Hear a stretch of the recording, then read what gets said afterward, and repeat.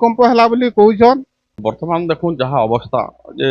नदी धीरे धीरे उषार हो तार कारण है बाली उठी जाऊे नदी खंड माटी नहीं जाऊन सकालू आज माने 4:30 पाखापाखि कथा एटा पूरा अजब साउंड गुटे है पूरा घड़ घड़ घड़ होकरी आउ जम तल भूमि पूरा भाइब्रेशन हो गला। मुई तो डरी गली घर भीतर बाहर के देखली बेल के बाहर किसी ना किसी नहीं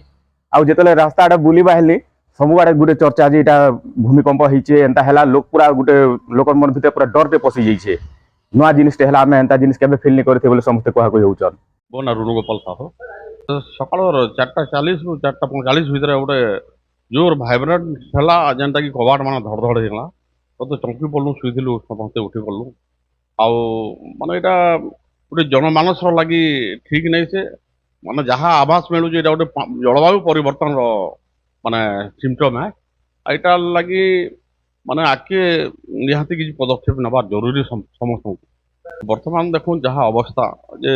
नदी धीरे धीरे उषार हो तार कारण है बाली उठी जाऊे नदी खंड माटी नहीं जाऊन तापर जेन जंगल थिला जंगल के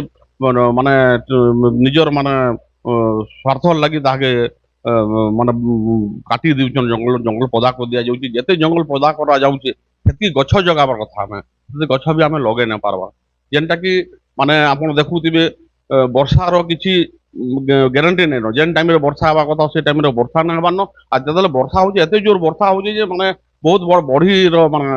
प्रकोप देखौचे एटा सब गोटे जलवायु उमाशंकर मेहर सकाल 4:30 बजे आड़े मुई एको बाहर भोटा आड़े जे तार माने गोटे टाट माने पिटी हो गला टे डर लागला काना जे सेटा मुई सुनी पे पारली ने माटी हलवाटा तो नी सरबे खाली टाट पिटी हवाटा जानी पारनी टाट तार माने ढिड़ी करी आवाज हैला टाट सकाले तापरे भोटा के बाहरली उठी करी तापरे बहुत लेडीज मान भी कहतिले आज गोटे आवाज हैला टाट कबाट पिटी हैला बोली आवाज हैला कहतिले सब।